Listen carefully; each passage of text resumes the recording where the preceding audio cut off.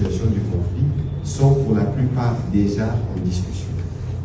Nous avons Doha, il y a le président Faure Gnassingbé qui a été désigné, et que s'il y a certains qui pensent qu'ils sont le max du mal, et les moments venus, leur question sera traitée dans les cadres de ce qui s'est fait. Alors, pour revenir spécifiquement sur ce que vous avez dit, bon, moi je n'ai pas vu, j'ai entendu évidemment, on a lu les articles, on attend de voir, on attend d'écouter, parce qu'il faut peut-être pas présumer de certaines choses, mais ici, il faut savoir d'abord que le président de la République en avait parlé depuis plusieurs semaines.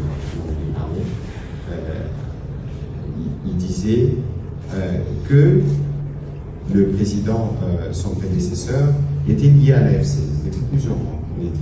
Bon, maintenant qu'il décide de revenir, je n'ai pas encore la confirmation, on verra ce qui sera dit, mais il faut faire attention dans la symbolique justement, parce que nous tous nous évoquons aujourd'hui ceux qui ont combattu pour assurer l'unité et l'intégrité de la République démocratique du Congo.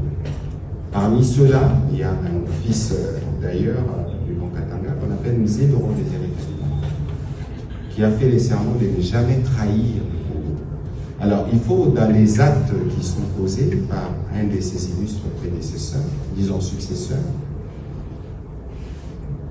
que dans les actes que nous posons, nous nous assurons que nous ne trahissons justement pas les serments de Mzee. Nous savons tous, et je n'ai pas besoin de le rappeler, aujourd'hui nous connaissons l'ennemi. Nous connaissons les complices de l'ennemi.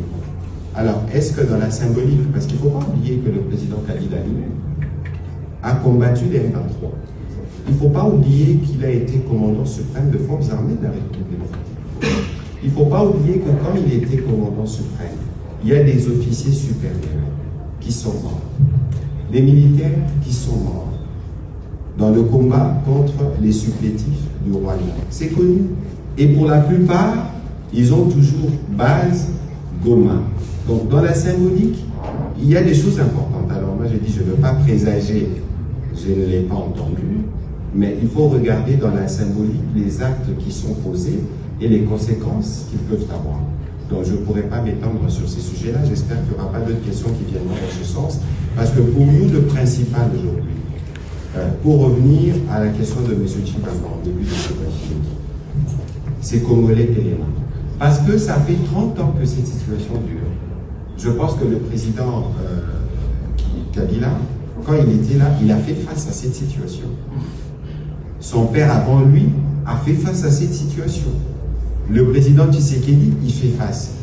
Alors, quand viendront les années qui viennent et qu'il y aura un autre président, est-ce qu'il faudrait que tous les présidents, finalement, qui se succéderont à la tête de la République démocratique du Congo, fassent la même guerre? Non. Cette fois-ci, il faut que ça se termine une fois pour toutes. Parce que vous ne vous rendez pas compte, justement, de ce que nous perdons en termes, pas seulement...